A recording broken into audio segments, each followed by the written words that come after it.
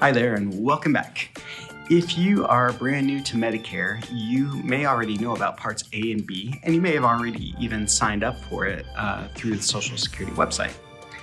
But once you sign up for it, you start getting all this mail, you start getting all these phone calls, and your friends and your family are asking you about, hey, do you have your supplemental plan yet? Do you have your Medigap plan already? Do you have Medicare Advantage? And so all of a sudden, something that sounded so simple has gotten really complicated. It all sounds so confusing and so unnecessary, so you may even start to ask yourself, do I even need a Medicare supplemental plan? Well, the answer is probably. And I'm going to break it down for you with the acronym PPC. I tried to think of a PPP option, but I couldn't think of one. So let's start with the first P. The first P stands for price. Now, you may already be spending some money on Medicare itself, Medicare Parts A and B. If you're in the year 2022, like I am right now, that price is $170.10 for most people. Some people pay less, some people pay more, but most people pay $170.10. So when you start thinking about adding supplemental, the word supplemental kind of implies extra. And when you think of an extra plan, you think of an extra cost. Well, I'm here to tell you that a supplemental plan may cost as little as $0 extra per month. That's right, $0.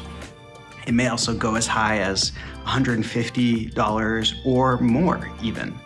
And now before you start discarding those more expensive plans, they do carry some merit for a lot of people. But that's not to discuss in the here and now. We can talk about that one-on-one if you'd like. The main takeaway here, though, is that an extra supplemental plan may not be as expensive as you might think, and it may actually cost nothing extra. Depends on your market where you live in the country. The second P is predictability. Now, if you're on just original Medicare Parts A and B, you do have access to hospitals, doctors, and clinics under those parts of Medicare. But let's say, for example, you're hospitalized. Once you're hospitalized, you have a deductible of $1,556. That's due, it's pretty much your cost for the first night in the hospital.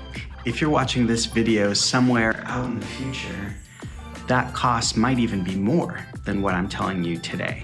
So that's just something to be aware of. Now, let's say that you think to yourself, well, I'm a pretty healthy person. I don't really need to be hospitalized. I don't foresee any need for that.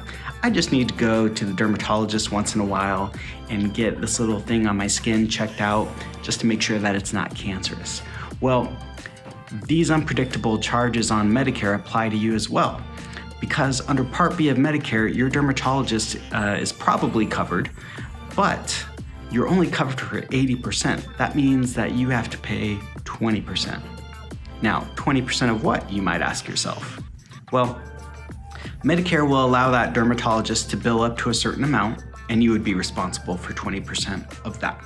However, your dermatologist might decide, I don't accept what Medicare offers. I want to charge more than that. Well, under Medicare, the dermatologist is allowed to do that. And so they're allowed to bill you extra above and beyond what your 20% would normally be. This is called excess charges, and this is kind of up in the Medicare 201, 301 level. So we won't get into the weeds today, but just know that you're going to be on the hook for 20% of what your doctors bill. That is after you meet the Medicare deductible, which again is $233 in the year 2022, but out in the future, it could be some higher number. The nice thing about a supplemental plan, either in the form of Medigap or Medicare Advantage, is that it makes that cost more predictable. So as an example, maybe to see your dermatologist, it might cost $40 or $50. Then it's not just 20% of some unknown number. And lastly, we're at the letter C, which is for coverage. Now, we know that Parts A and B, which is what you get with original Medicare, will cover hospitalization, will cover a lot of outpatient care, but there are certain things that are not covered. And these are things like routine dental, routine hearing, routine vision, and prescriptions. And so people need these services. A Medicare Advantage plan, and even more commonly now, Medigap plans are starting to cover these things more and more each year. Beyond that even, a lot of plans are offering extra things like a gym membership benefit, or transportation, or even more coverage for dental. Grocery benefits. So a lot of things are starting to become available, but these plans aren't all available. These benefits aren't all available nationwide.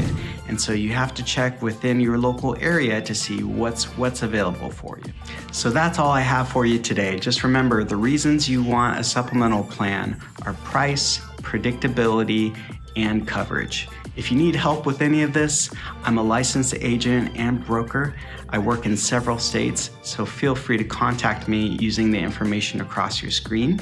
But if you found this video helpful, go ahead and give it a like and hit the subscribe button. That way you can catch more videos like this as they become available. But until next time, see you later.